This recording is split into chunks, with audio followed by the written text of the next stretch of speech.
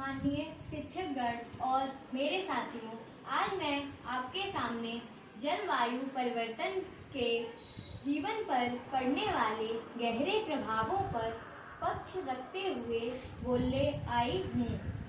जलवायु परिवर्तन सिर्फ मौसम का बदलाव नहीं है, यह हमारे जीवन की नींव को हिला रहा है।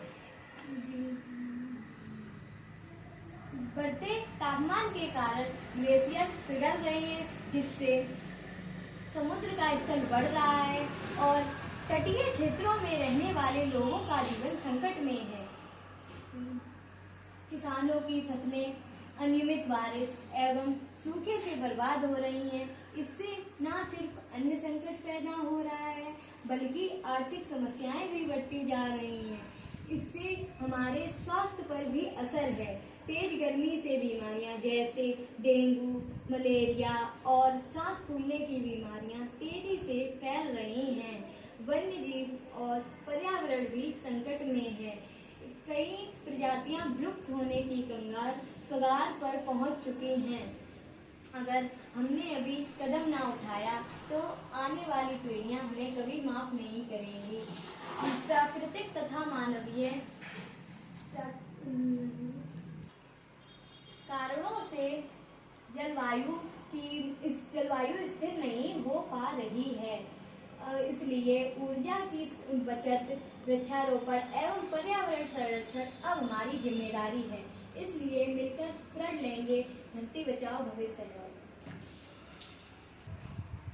माननीय शिक्षकगण व मेरे साथियों, आज मैं दिए गए टॉपिक पर विपक्ष में बोलने आई हूँ।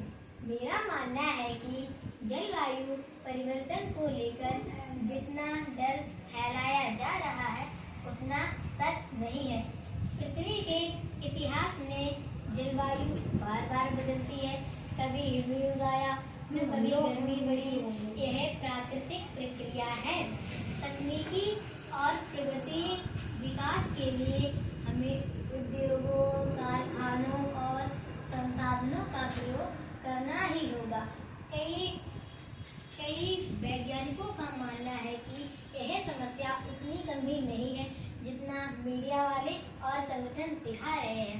अगर हम जलवायु परिवर्तन के डर से विकास रोक देंगे तो हम बेरोजगारी और गरीबी और ज्यादा बढ़ेगी। इसीलिए हमें डरने की बजाय समस्या का समाधान तकनीक और शोध से ढूंढना चाहिए और विकास की गति बनाए रखनी चाहिए। स्लोगन: जलवायु परिवर्तन इस पीढ़ी के लिए पर्यावरणीय चुनौती है। इससे पहले कि देर हो जाए हमें इस पर काम करना होगा। इसीलिए हर बदलाव विनाश नहीं, विकास भी ला सकता है।